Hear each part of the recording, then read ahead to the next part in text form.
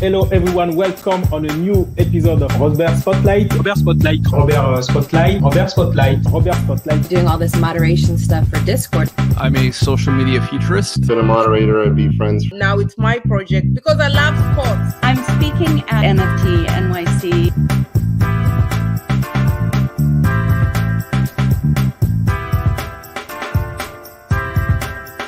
Welcome on the show.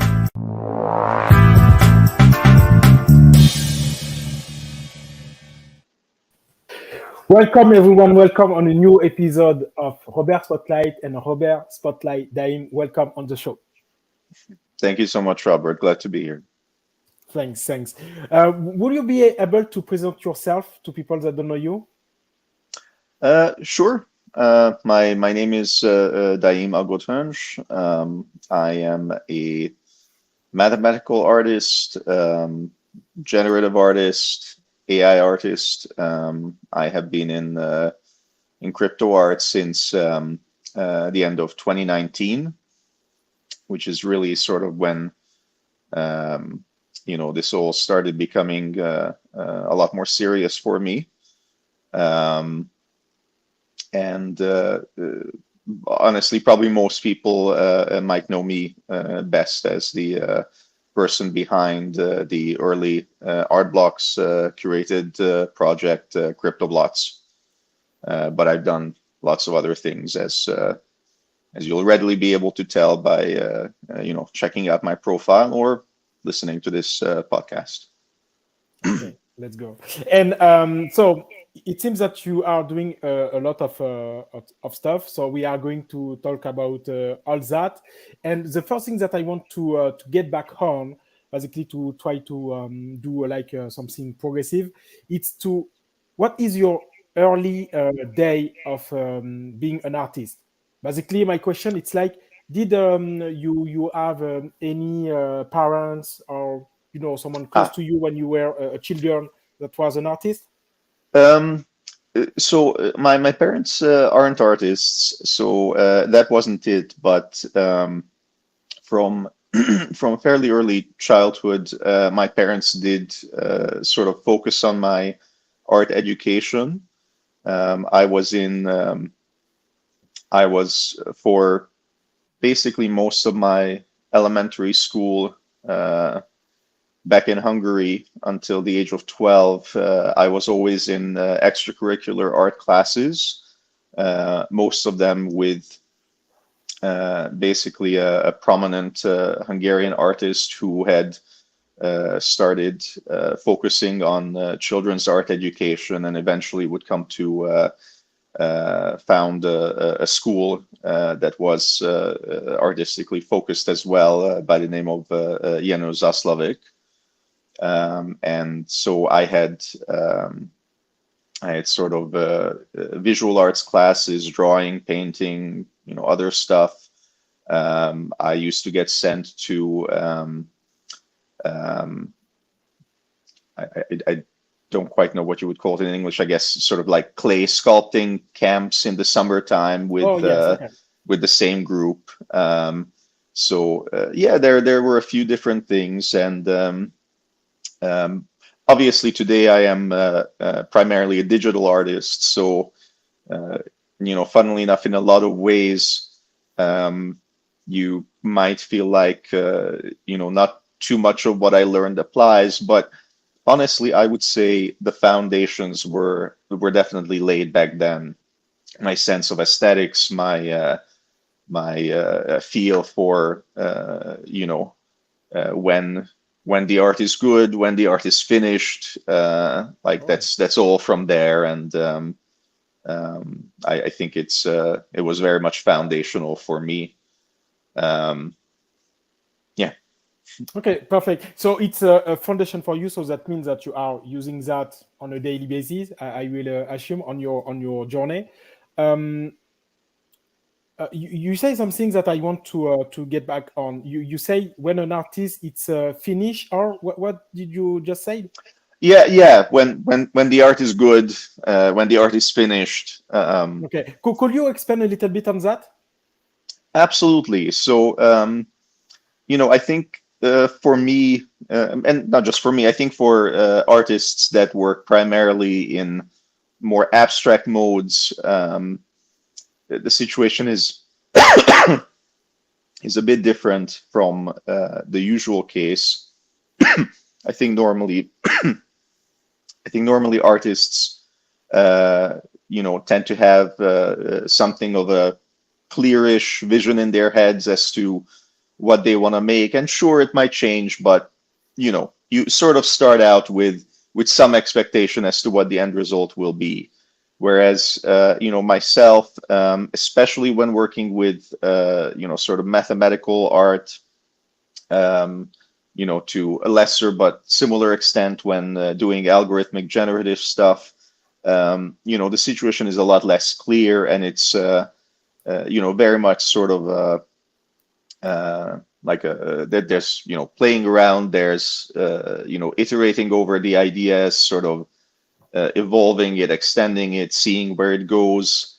And, to some extent, obviously, I, as the artist, am in control as to where it goes, but it's algorithmic, it's mathematical, so there's powers greater than me at play that sort of prescribe the limits of what I'm working on can possibly become.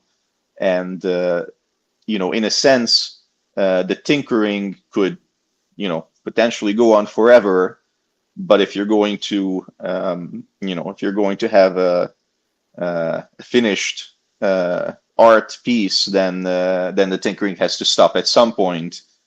And I think it's a bit of a skill, and it strongly depends on your sense of aesthetics and on your sense of sort of what your expectations are of your finished pieces when that point of now it's time to stop comes. Interesting. To be honest with you, when you say that, I didn't understand it. Sorry, like this at first. I was more understanding around the fact of how is a good artist and how is like an artist that nothing good is going to come from him anymore. Oh, no. That's not at all my mindset. I think. Okay. I think. Yeah. So it's why I personally I asked you to explain more your thought, but you just did it. Thank you for that. Yeah. And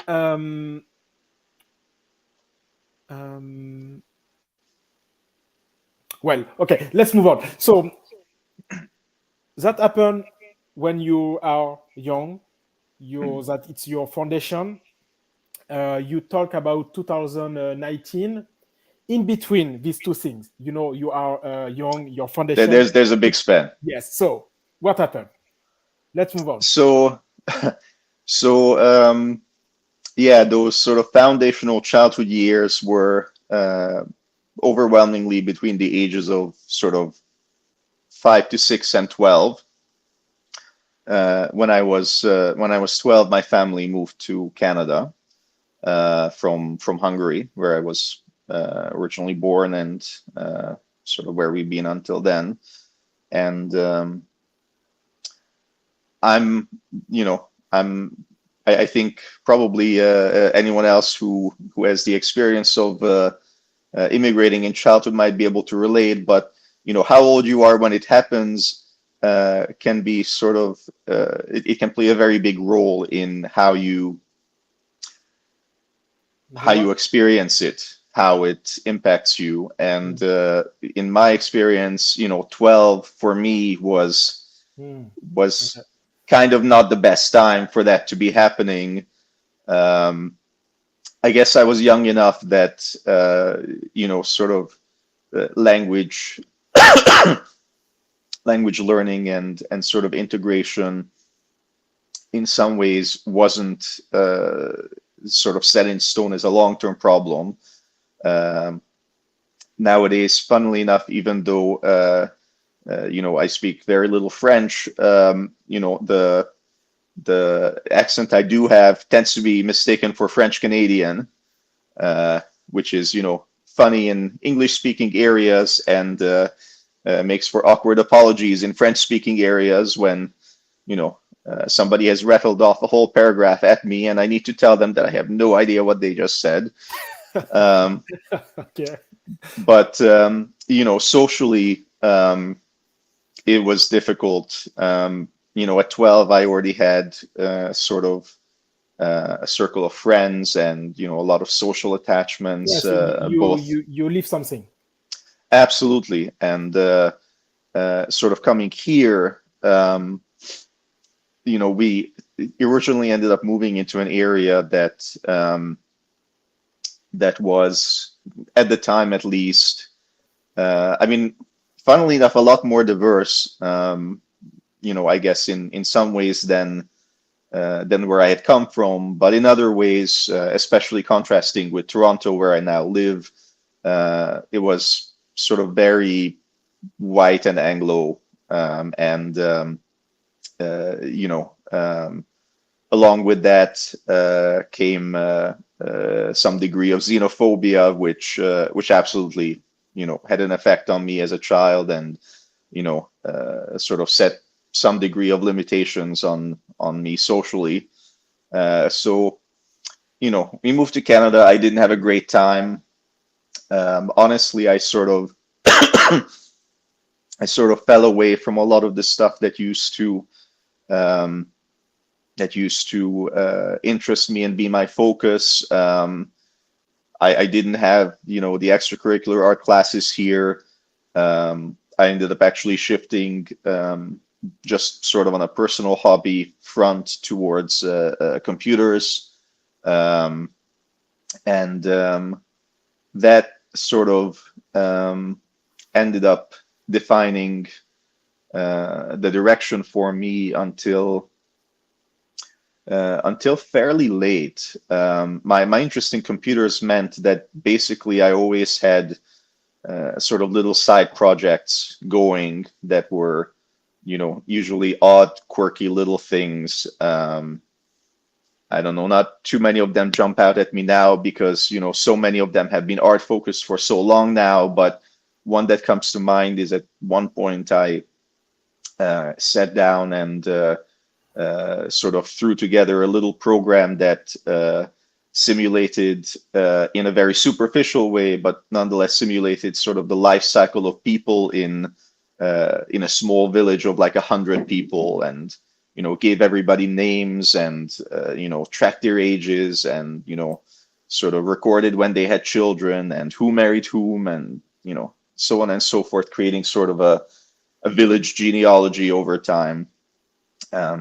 So that was, I think, fairly representative of the degree of weirdness that my side projects tended to have. And then in 2015, basically, I started playing around with fractals, and I spent a little bit of time sort of checking out the fractal generator programs that are out there, and they're still out there, and there's a lot of them, and they let you do pretty amazing looking digital art in a matter of seconds, from pushing a few buttons and sliding a few sliders and whatnot. But honestly, the experience of doing it that way just didn't appeal to me, didn't interest me. So instead, I basically started programming the generation of the fractals I was focused on from scratch, with like no special aids short of looking up the formula and making sure I understood them well. And basically, sorry, I'm actually wrong. I think that started happening as early as 2012, and it was in 2015, 2016 that it had gotten to the point where I started seeing it as a sort of a serious and sort of artistically focused activity, and I started looking for opportunities to exhibit. And I had a few local exhibitions, and Then So in you spent 26, 4 years building the code for it? yeah, basically I spent 4 years, making digital art, sort of, for the desk drawer, as they say. And it was at that point that I realized that, I was doing something, high quality enough and different enough to maybe warrant people's attention. And it was in 2016. By that point, I was involved with a Hungarian artist collective here in Toronto, and there was a commemorative exhibition at the Consulate General, basically remembering the 1956 Hungarian Revolution against Soviet occupation 60 years prior. And I made a work sort of explicitly for that exhibition, for that commemoration. And at the end of the show, it was acquired by the Hungarian government, which up until that point was sort of the most obvious, biggest, and for me very much unexpected sort of accolade of sorts that happened. And that was a point where I sort of felt very validated that there really was value in what I was doing. So I continued to look for opportunities here and there, a bit more scarcely in, I think, 2017 and 18, there wasn't too much. But in 2019, a bit prior to me sort of jumping into crypto art, I actually had my first international exhibition. I was part of a group exhibition on algorithmic art in Truro, United Kingdom, in the Royal Cornwall Museum. So that was similarly a sort of reaffirming experience. And basically, once that was sort of confirmed, I took that as sort of a solid foundation for putting in serious applications to what back then were sort of the two biggest crypto art platforms, Super Rare and Known Origin. And happy to say I was accepted to both, and basically launched my first two crypto art works before the end of 2019 on those two platforms. Wow, such a journey. Yeah. So it's way before than 2012, but it's like 2012 to 2019. It's like a road, a journey about self-confidence. I will say something like this. It's what I capture on your story. Yeah, self-confidence, but I would also say partly sort of learning and artistic development and growth. It wasn't just sort of me kind of doing the same sort of things by the end of 2019 that I was originally starting with in 2012. I had made the odd discoveries here and there along the way where I found different ways to approach certain existing algorithms or certain existing methods, and as a result, even my mathematical work, which obviously it's very much the sort of thing where if you have the algorithm, you can definitely do the same thing. In the case of my works, chances are probably nobody else can do the same thing, because I'm not just using the same handful of algorithms that are posted everywhere online, but played around and experimented enough that I found sort of different paths and different ways towards extending it and bringing something different out of it than what most people have found. Okay, so it's like you go way beyond that most people is doing. Well, it's remember I was saying that I initially spent a little time playing around with the fractal generation Yes. programs, but eventually, decided that wasn't for me. So at that point I started, and to this day, with very few exceptions, what I do is I start with a blank program, and whatever there is to it, whatever algorithmic equations, whatever polishing and fine tuning and all of that, it's coming from here. It's coming from my mind. It's coming from my experience. It's coming from my creativity.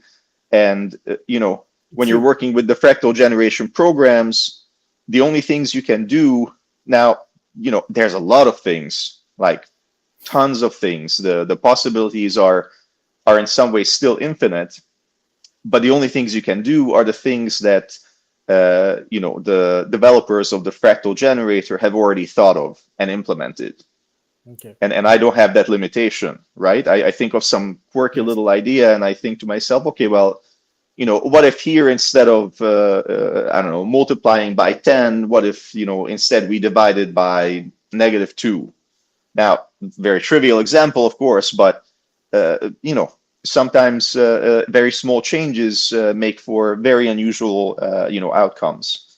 And I have played around enough with sort of a few different common algorithms that I'm pretty sure, because to this date I still haven't seen others make quite what I make with them, that I found things that others are yet to. Okay, perfect. When did you discover art blocks? So art blocks, that's an interesting story.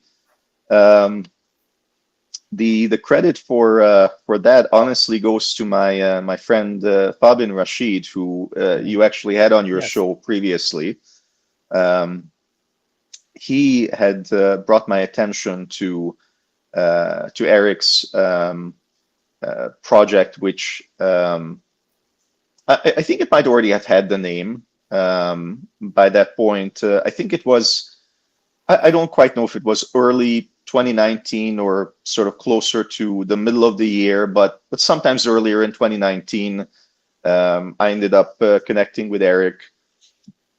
At that point, art blocks, or I guess the art blocks engine was was only on the test net, and Eric was basically looking for people to sort of help him test and sort of bring him, I guess, scripts that could be sort of used for testing the viability of both the engine and the concept. And I gave him something of mine that I had written previously, which I didn't really see as necessarily being sort of commercially viable for the engine if it eventually came to be, but definitely it was a good way to test, and I think it was a bit more script heavy or processing heavy than a lot of the other stuff Eric had tested before. So it gave him a sense of what direction to sort of add extra capacity and processing power and all that stuff. But funnily enough, even though I'm pretty sure it was only a handful of months prior to Artblock's launch, the conversations I recall having with Eric, he was honestly, given how things turned out, I would say he was way too humble. He spoke of art blocks in sort of very conservative terms, and honestly, he ended up giving me the impression, and he specifically gave me the impression. It wasn't that I didn't see the potential to the idea, but the way he spoke about it, he made it seem like this is just sort of him playing around, and maybe nothing will ever come of this. Okay. So after our testing, we kind of fell out of active contact. It was I think he had a Discord server that continued to sort of sit on my on my left hand list of, I don't know, the 100 Discord servers that we all have in crypto. And then suddenly, late in the year, I see art blocks explode onto the scene. And I realize, okay, so I guess, it wasn't like he said that, might never come anything of it. And I basically, jumped back into conversations with him, and CryptoBlots are actually based on an old on an old algorithm I had, which was back when I originally made it. It was fully grayscale, so no colors, but it was basically a very similar sort of periodic concept of seeing different things in the sort of random abstract shapes that come up. And basically CryptoBlots is sort of an extension and a re-envisioning of that in a way that basically would have worked with the Artblocks engine as it was at the time. I believe CryptoBlots may have been the most processing intensive script at the time of its launch, and I believe it required Eric to sort of shore things up a few times to ensure that the system sort of kept up with the demand and with the load. There were a good few conversations, sort of making sure that CryptoBlots would present variety and interest and value to the platform. Also, it was such early days. I think I'm not sure if it's still the term used, but you probably realize that pretty much all Artblocks projects have this sort of special property where it doesn't matter what size your window is, it generates the same image, which from a viewer perspective it may seem trivial. I can tell you from a programmer perspective it's not necessarily always trivial. There are definitely challenges now and then to keeping a consistent and consistently polished and good looking output at different resolutions. But in the early days of Artblocks, I believe the term resolution agnostic was used for a long time to describe this special property of basically keeping things the same. And the term resolution agnostic came from one of my conversations with Eric. And I remember he really loved the term, and sort of it became the de facto description for that feature for a while. Great. And so you say that it was the most challenging to process on the engine part. Why? It was just processing heavy. Basically, I think the earliest projects, the preceding 3 projects that sort of Artblocks originally launched with probably have shorter scripts and a bit less computation going on before they have a finished image to display. Whereas in the case of CryptoBlots, you have potentially 3 different layers with 3 different colors and potentially a fairly large number of sort of points that the vector lines sort of go back and forth between, and add to that the fact that CryptoBlots are basically rendered at a larger size than they're actually displayed at, and then they're actually downsized in order to make them polished and aesthetic, and sort of no jagged edges and other weird artifacts. And I think all of that meant that there was just a larger processing and memory requirement associated with the CryptoBlot script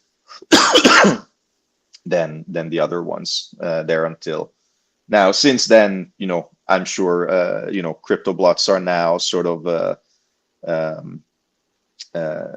probably pale in comparison to some of the stuff that came since, in terms of how much CPU and RAM and whatever else is required for them. But definitely, I remember getting probably a handful of messages from Eric during the initial minting rush for CryptoBlots of Daïm, I had to increase the number of servers dedicated to the rendering again, and don't worry, it's still going. It's gonna catch up in a little bit, and so yeah, CryptoBlots I think was something of an early stress test for the Artblocks engine. Oh, okay. It's how you define it, but it's what happened. Yeah. Okay. Yeah. Do you have any other cool backstory about CryptoBlocks? You talk about the resolution agnostic. There is if you go to OpenSea.io/Daïm Al-Yad, my Twitter username, and filter just to show the CryptoBlots. One of the CryptoBlots that'll be shown there, I have a bit of a story about. I don't know the number off the top of my head, so otherwise I'd give it to you. Yes, I'm buzzing. It's on your vault? No, it's the regular one. So DAIM-ALYAD. Okay. And if you search to filter and show just the CryptoBlots, so yeah, actually you can just type it in there, or yeah, that might work too. But yeah, you could definitely just type in CryptoBlots. Yeah, and it's gonna be actually right there, the gray with the sort of reddish brown. Yeah, that one. So not sure what immediate impressions it gives you, but that one was that one was actually sort of nicknamed in the times of COVID-19 by one of my collectors, and honestly, I think it's such an interesting coincidence that out of all the outputs, a lot of which far more easily give sort of resemblances to weirder things like aliens and insects and yes. Hummingbirds and weird things like that. This one really does give sort of a subtle impression of a person wearing a mask, which has great personal significance to me, because crypto art was basically the chief factor that allowed me to not just survive, but honestly thrive during the pandemic, despite the pandemic, and despite the difficulties I was suffering at the time at my then still day job. the difficulties I was having, dealing with the cross-border situation, all of that stuff. So, having a piece like that kind of randomly be generated in the 1921 set was kind of an interesting coincidence, and felt and still feels very meaningful to me. Oh, good. And so this piece, it's on your wallet, right? This one is on my wallet. Yeah, I minted it, and it's still mine, and that is one that I'm probably not easily going to let go. Okay, makes sense with the backstory. And basically, did your collector get back to you with other stories, or not stories, but more like something surprising? So I think there were I think there were a good few sort of messages here and there throughout the past 2 years that sort of involved collectors kind of sharing, what they saw in the particular crypto blood that they collected. Sometimes there were simple things like, again, some particular animal shape or other. Other times it was, a bit more involved, and I would say a bit more personal, like somebody having collected a particular crypto blood because the the colors that it had matched the basketball team that they cheered for. So stuff like that.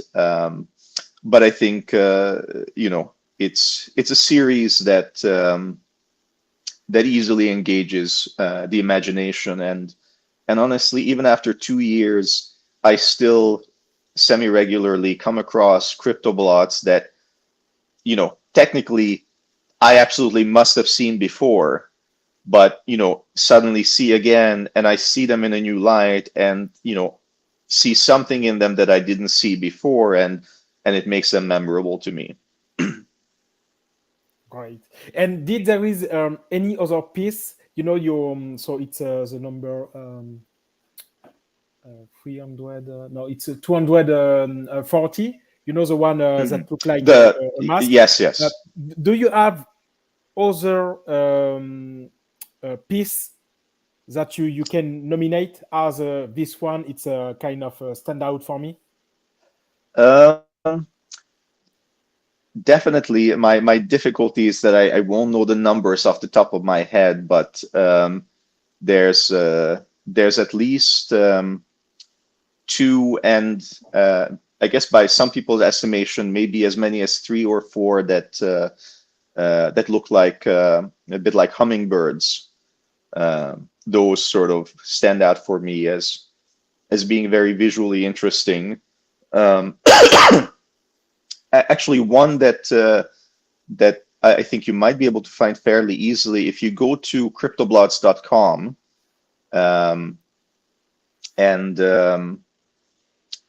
you look in the actually, you know what? I had my I'll tell you a number.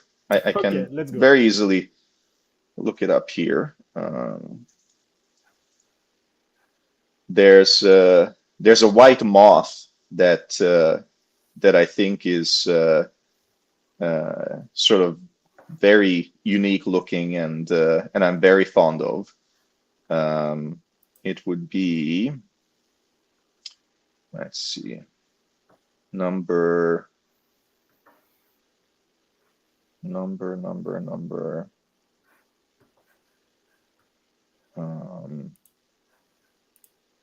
Okay. Let's see.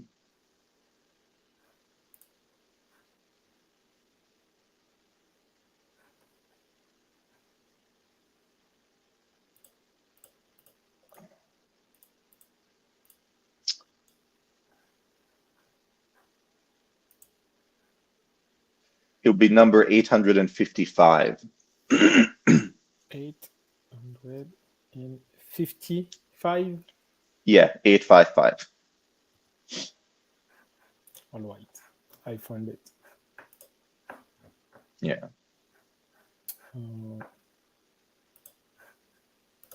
So that one I call the moth. And And there it's is just, and there is 3-4 like so it's the one that you said that looks like an Uber. How did you say it? The bird, hummingbirds. hummingbird. So it's not that one. No, it's not that one, but I might be able to find that one relatively quickly for you as well. But basically, in fact, it's there is the one with the mask because it's represent that piece represents something very personal to you on your journey, and the other Yes. one it's more like about the aesthetic. It's like Yes. here I see something. Okay, I get it. Yes, absolutely. Yeah, this one, the moth, I feel like is so interesting because it's almost minimalist a little bit, but where you have complexity is sort of where it visually makes sense, sort of in the, I don't know, I guess in the face. Yes. Where obviously even with the real creature you would have more fine detail. Let's see if I can see the hummingbird quickly. Let's see. So that would be 400. Actually, that'd be 360. So 360. Yeah.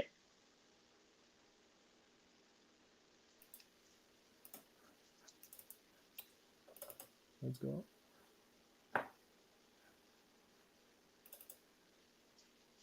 Yeah. I can put it in full size. Oh, it's not showing in full size? Oh. No. Okay, let me reload the page.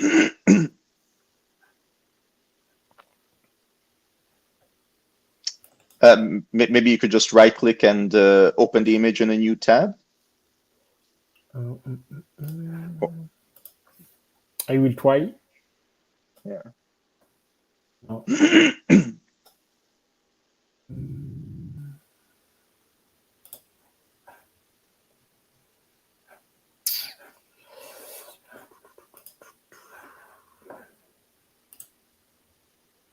Yeah, but with that one for me, sort of the yellow feels like the bird's sort of body with the long little extension at the bottom being the beak, and the purple sort of the wings at the side. So I wasn't able to open it. Sorry. Yeah, no worries. Yeah, I'm not sure why OpenSea is sometimes weird. It doesn't seem to have all the NFTs sort of equally cached, or Yes. But it's not a big deal. We get the point about crypto blocks being very particular for you on your journey. So at first it was a discussion with Eric. You have the sensation of, maybe it's not that serious what it's building.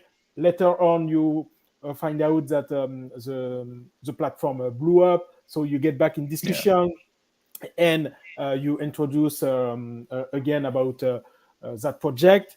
You put it here, and all these kind of find a story. So regarding the resolution agnostic, the fact that it was very challenging to process during the mint, and all the free prize that I just shared.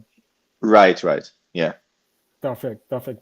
After the pteridoscope, Yes. this one is challenging for me. So this one, it's how many time after crypto blogs? I think that was I think that was basically about a year later, give or take a few months. And funnily enough, these are in some ways, even though it's my sort of second project, in some ways they are maybe closer to my roots as a mathematical artist. The way these work, there is sort of the overt geometric pattern, which is really just a post-processing. But the sort of subject of each, excuse me, I have a bit of a residual cough. It's okay. The main subject of each piece, of each image, is a biomorph. Basically, with the sort of more finely patterned pieces, you can sort of see the shapes better. Stuff with somewhat radial symmetry and sort of different sort of irregular shapes at the center. These are basically mathematical entities that, when worked out with very fine detail, tend to have sort of an odd resemblance to microbial creatures as we might imagine them. And with pteridoscopes, essentially what happens is you have sort of the post-processing geometric pattern be basically what draws the shapes of these biomorphs, except it's not just doing one that's going to be static forever. It actually shifts the shapes over time. Essentially, you load any of these up and you have them on the screen for long enough, eventually the shape will shift in some direction or other. You have it on long enough, the shape will sort of eventually come back to be similar to what you started with. But the interesting thing is the way these work. Every time you start a given pteridoscope, it'll go through the same patterns in succession every time. But the longer you leave it going, they're not going to perfectly repeat. There's not going to be, within any realistic time frame, a point when suddenly you literally have the exact same pixels that you started with when you loaded up the Yes, it's not a loop. It's not a loop. It's basically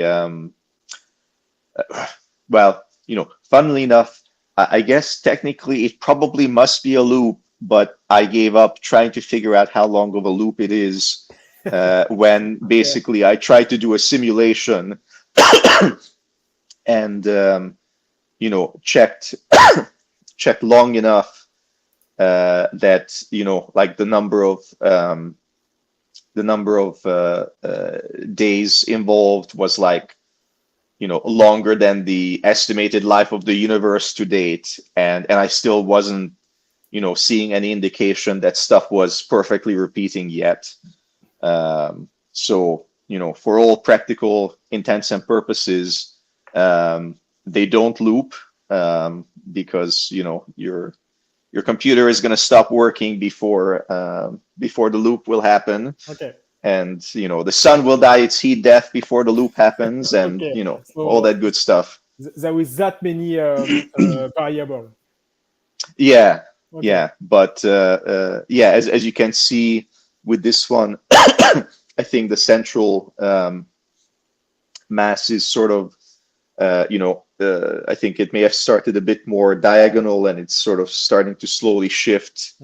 And the changes are sort of determined purely by the mathematics. So sometimes the central area might not be just one blob. There might be a bit more detail in there. Sometimes the spikes at the edges might become more pronounced, or might briefly disappear altogether. It basically just it's essentially a kaleidoscope, in a sense, that doesn't look out into the light in front of you, but sort of peers into a particular portion of sort of the mathematical space or the mathematical realm. And basically with each sort of re-render, when you see the image change, the viewport into the mathematical realm is just shifted just a little bit to the side. Get it. And that's why you have a little bit of consistency from one image to the next. But at the same time, there is a change always. Okay, makes perfect sense. Perfect sense. Yeah. Thank you for the explanation. And same question: did there is any backstory, that you want to share, or any anecdote? With this one, I guess maybe not as much. I think, as with all Art Blocks projects, I had a bit of a back and forth with Art Blocks staff. With this one, I was working more closely with Jeff G. Davis, who is co-founder of Art Blocks, and honestly, he was the one who gave the suggestion of extending the number of color palettes. So it already had quite a few when I brought the project to the test net, but I'm so grateful for his recommendation, because some of my favorite palettes basically I ended up developing after his suggestion to me, and definitely it made for a much more striking and vibrant project as a result. Great. It's great. It's great. So let's talk now about portrait of apprehension. Yeah. So that's basically my my most recent work.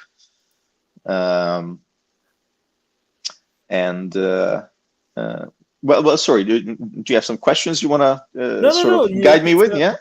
No. Okay.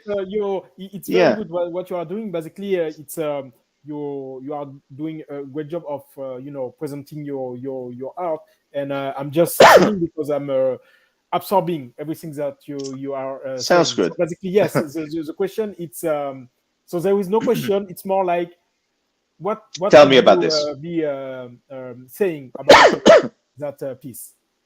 Yeah. So this work, you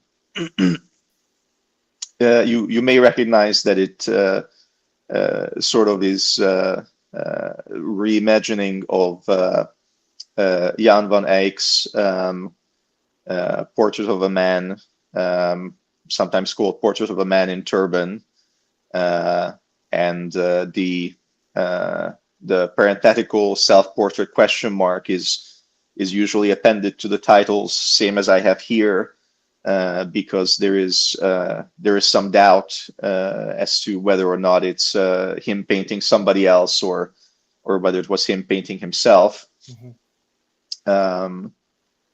In this case,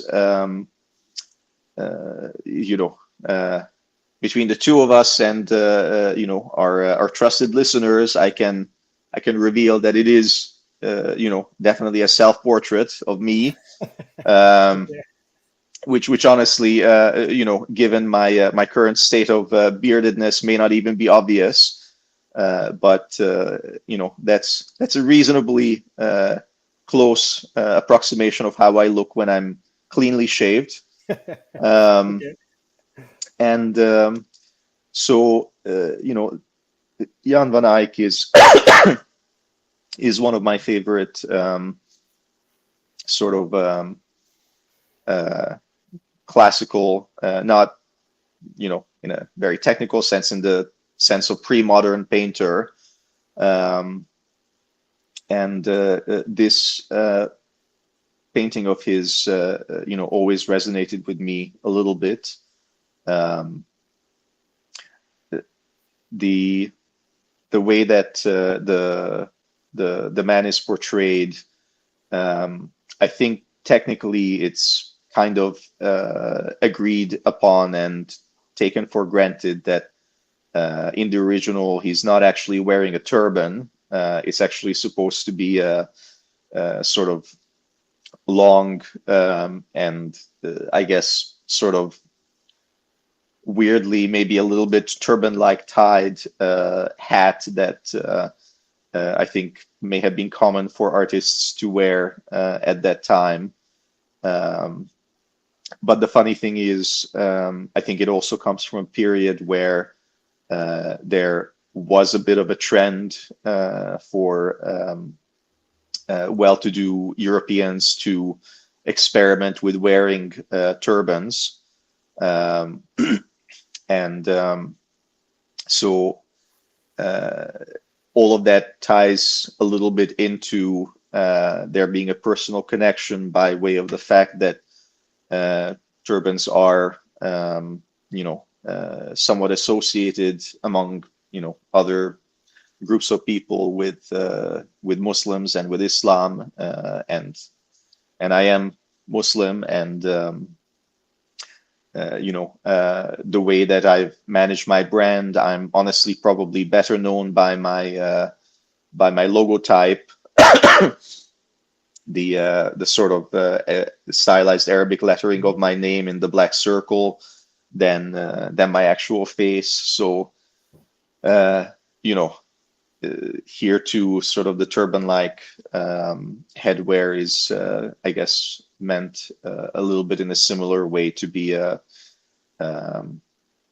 stylistic sort of connection to me as people might think of me, as opposed to necessarily a very strong and sort of faithful representational image. And then, the title is Portrait of Apprehension.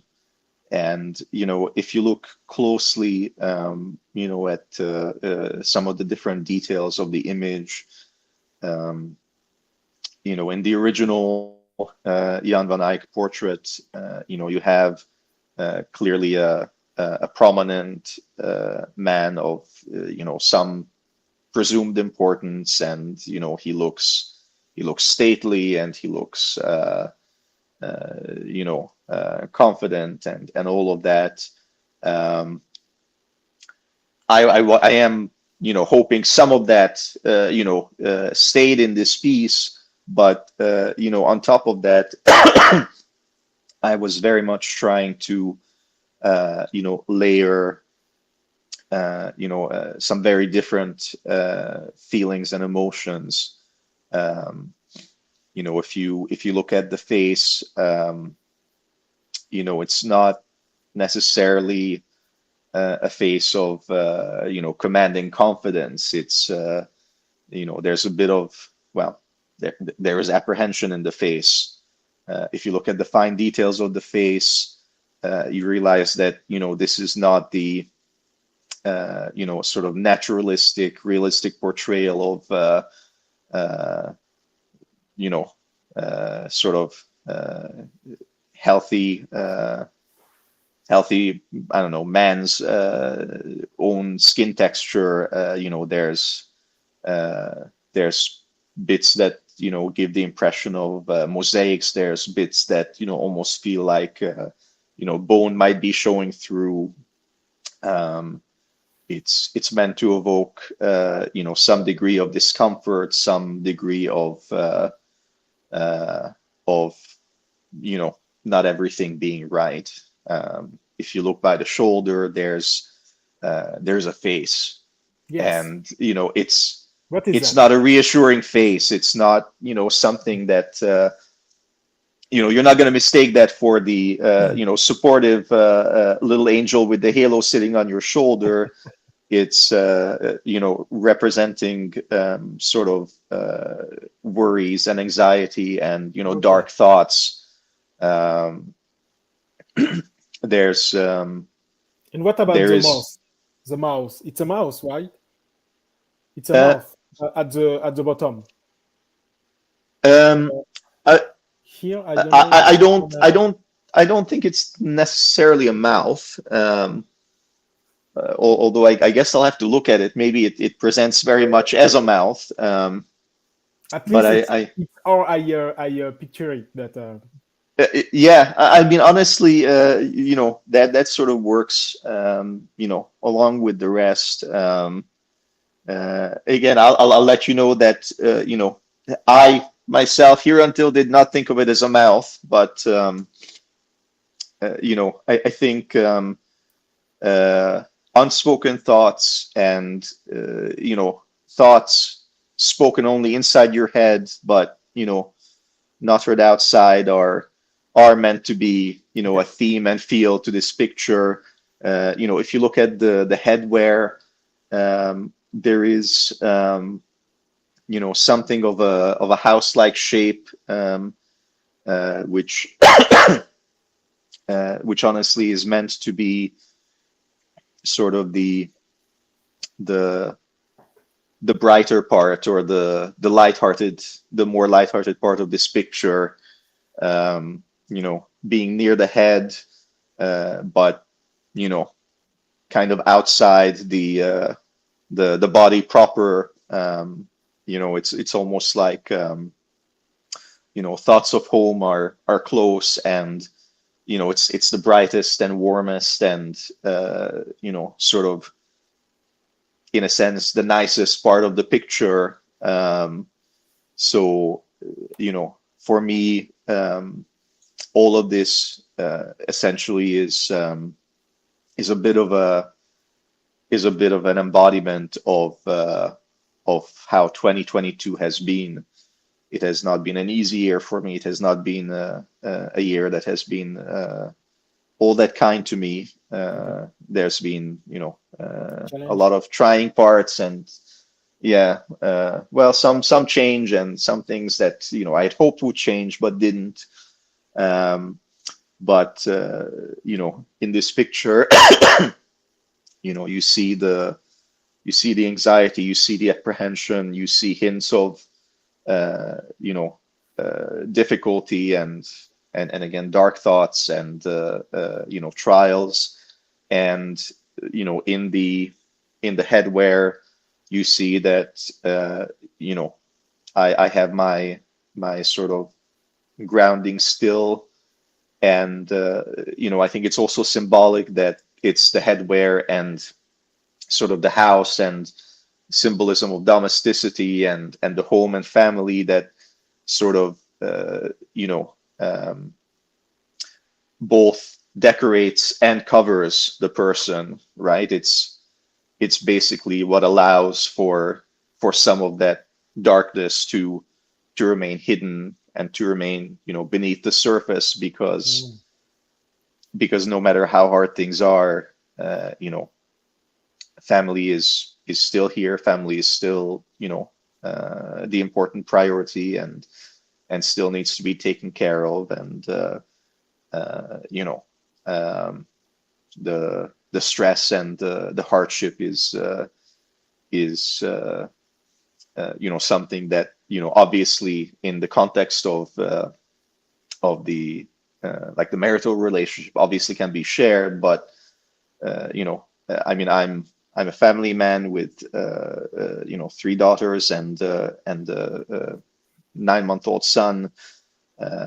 Certainly for all of them, my difficulties aren't and should, God willing, never become their burdens to bear. Mhm.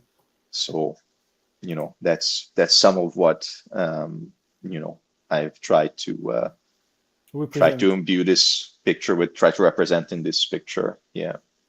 It's with that explanation, it's like it's a perfect match. So thank you for that. And it's kind of being able to go on a museum and look a piece, don't know what that piece it really is, and have someone explaining you the everything. So it's how you can appreciate the piece in a full length, if I can Absolutely. if that makes sense. Yeah. I get what you mean. Perfect.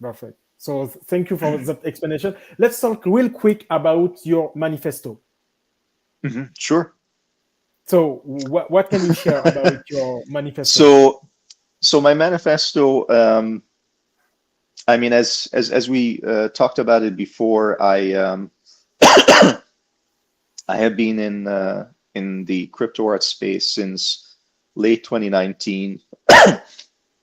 And honestly, 2019 wasn't when I discovered crypto art, right? I ended up jumping into it in 2019 because, probably for well over a year by that point, I kept seeing on my timeline, crypto artists,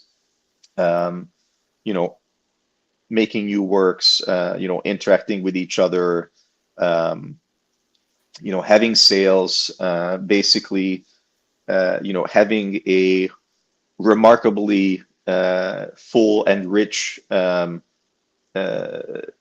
artist experience, on Twitter with their digital art, which, to me, as someone who made digital art, but, had there until, always tried to I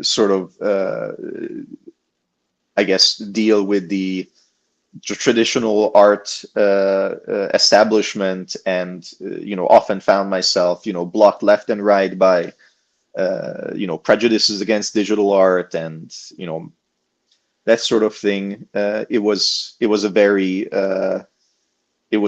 alluring possibility.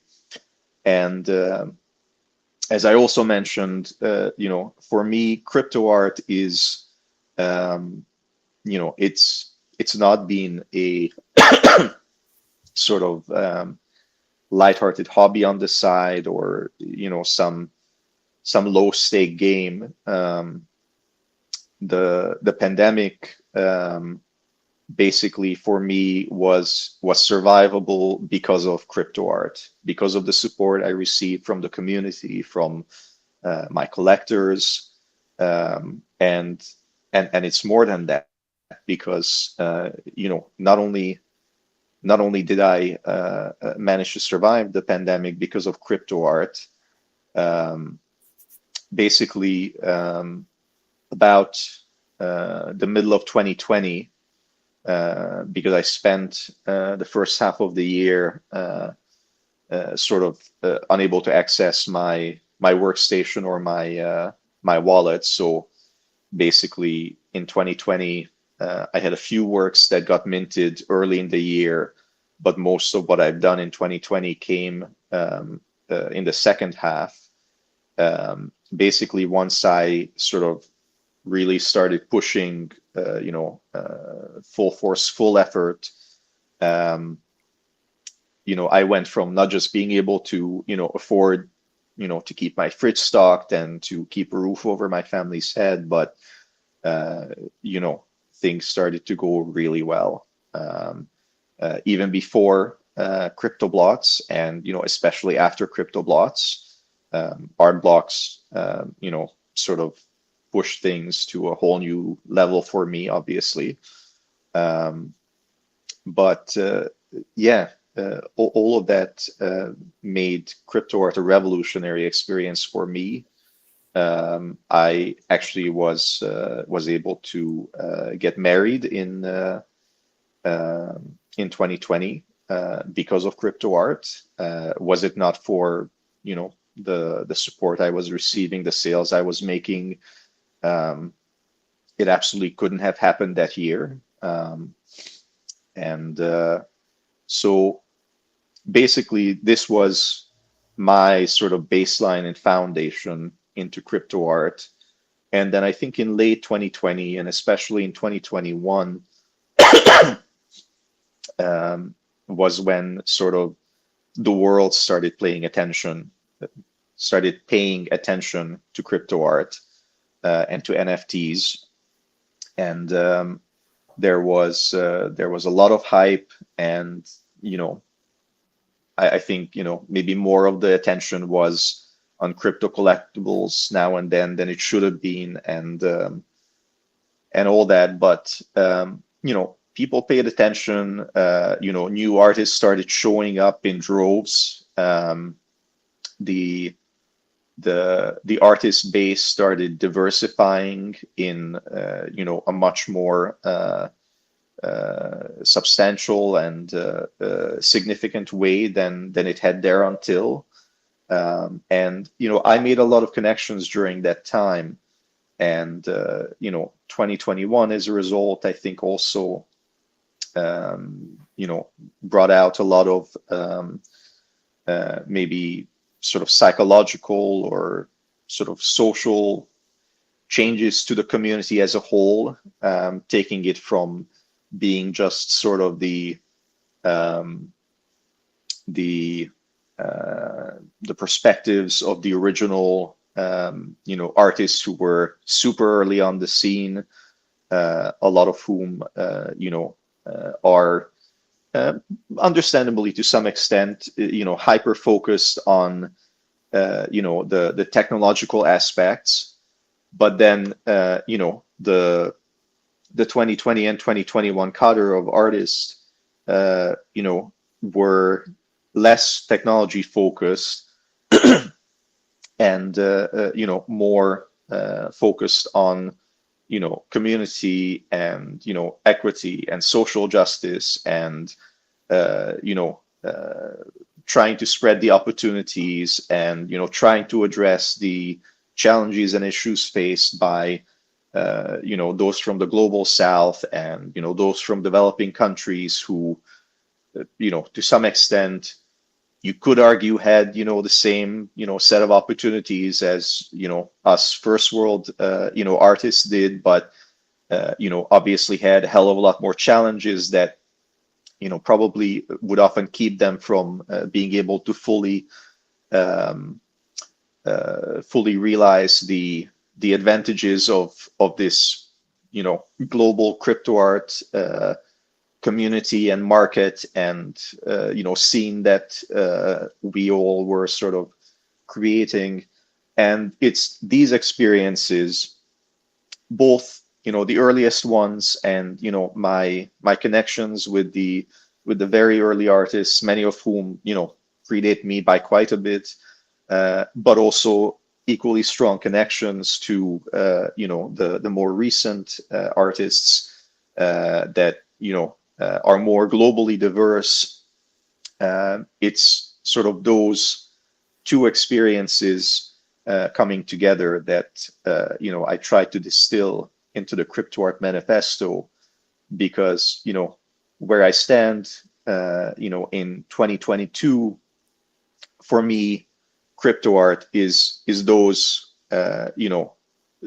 different perspectives and different experiences coming together that makes the scene what it is.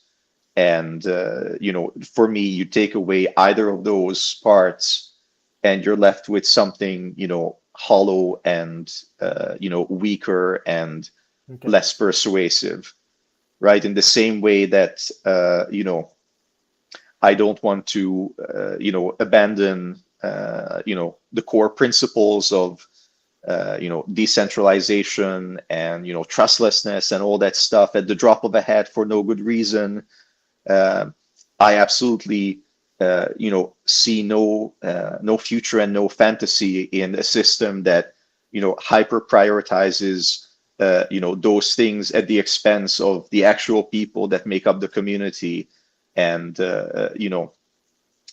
tells artists your needs are important to you, but they're not important enough to sort of change how we do things because, you know, A, B, and C, right? So for me, I wanted to articulate what crypto art is and what crypto art means to me, and what possibility and promise and future I see in crypto art, because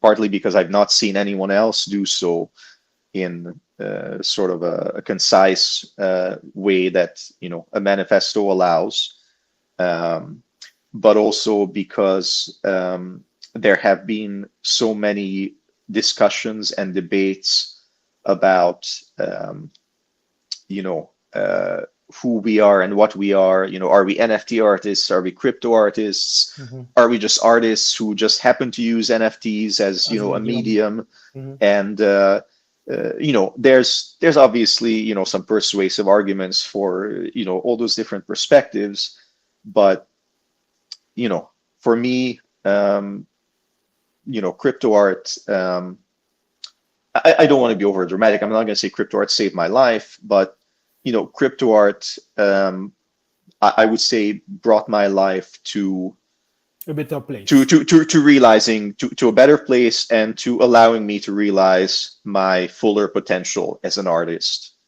in a way that the traditional art world, you know, I hope will one day also, you know, help do so. But definitely that's not what I started with, right? I didn't get to where I am because you know, traditional art, you know, saw what brilliant works I was making, and you know, we got to get this guy out there.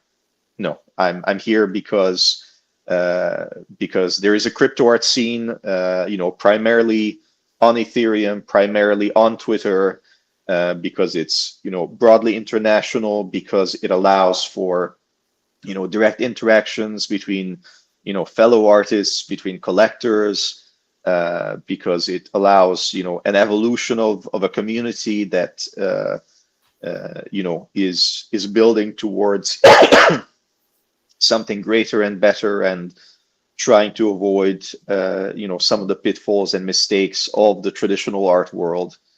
And you know, I think it's something amazing, and you know, nothing would make me happier than to see an ever growing and ever broader and ever more diverse you know, base of crypto artists being able to embrace and be embraced by it.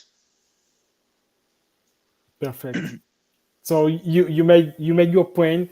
I hope that you have been able to really express everything that it's on the manifesto. You know, you go deep on it. So I hope Absolutely. that you will be able to use that for your own affair. It's not really the terms that I'm looking for, but basically, I hope that you will be able to reuse that on your platform.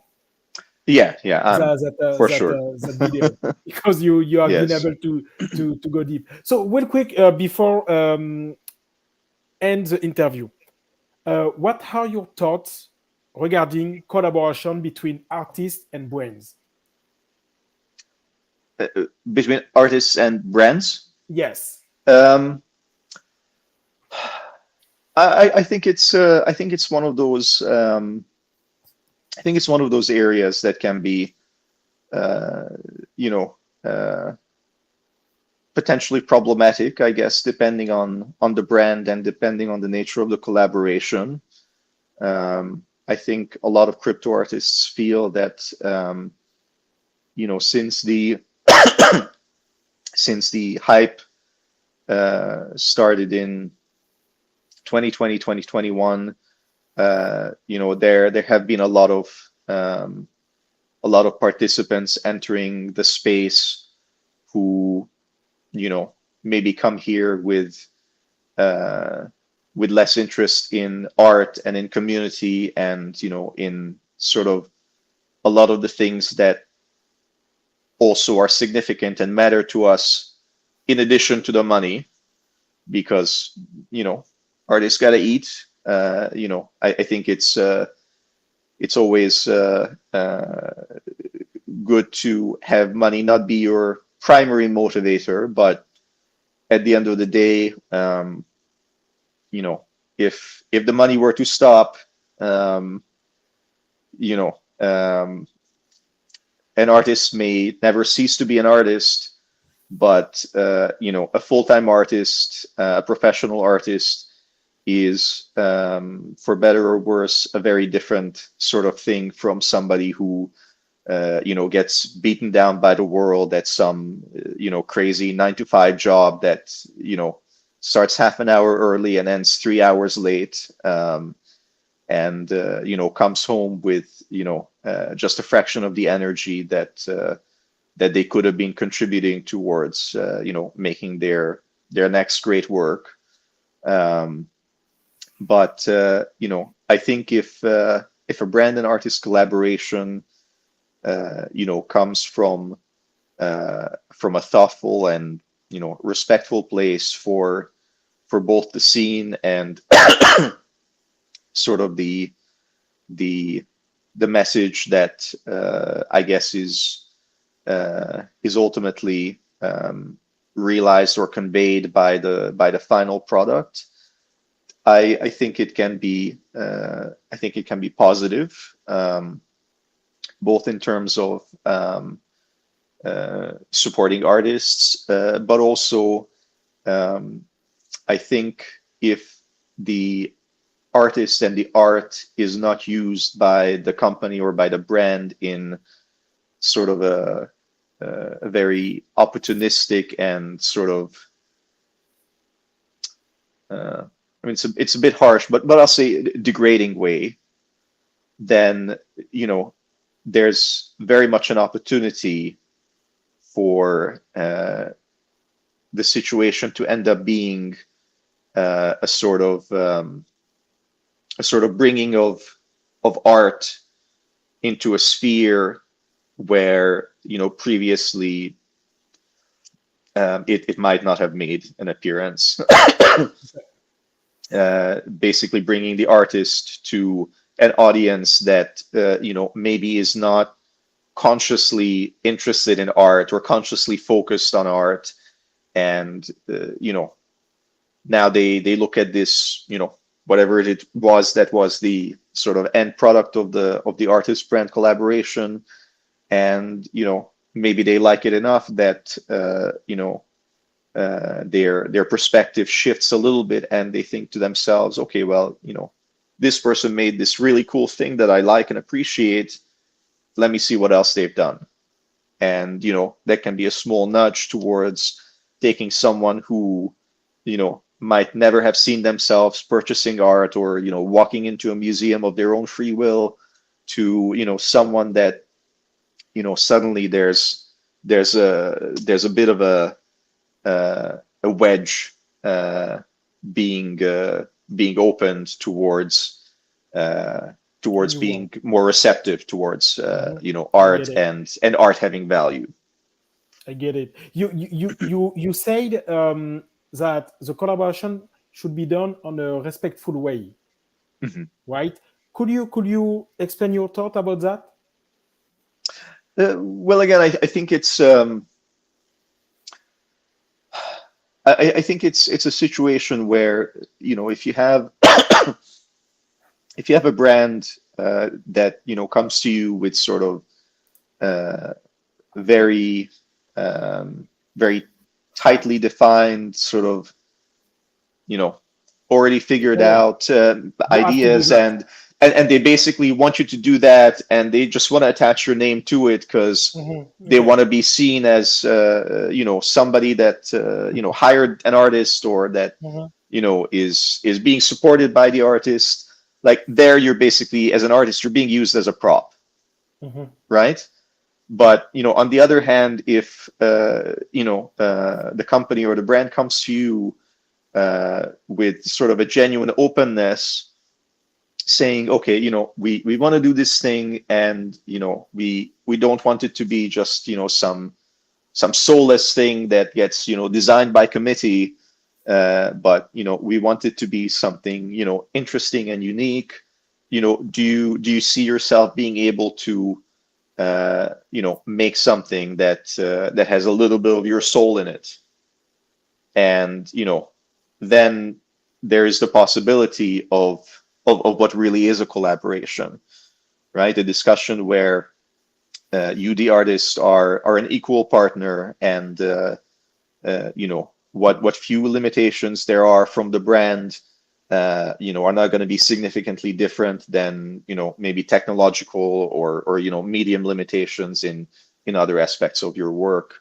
And the outcome again could very much be something that both furthers you professionally, and again, I think can potentially bring art into spheres of life that normally are arguably devoid of it.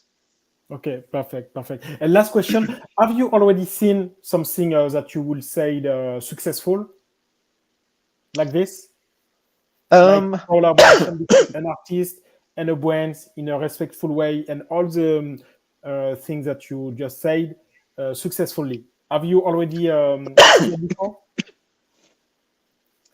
So I'm going to have to say, I can't readily think of an example, but this shouldn't be taken to be as damning as it may sound. I think I'm probably kind of the polar opposite of the hypothetical person I talked about, who's just really not interested in art and wouldn't be cut dead walking into a museum. I think my focus, especially since becoming a professional full-time artist, has been very tightly in art. So I think I probably have a bit of a filter against the more corporate stuff. I think it's one of those things that is less likely to draw my attention, and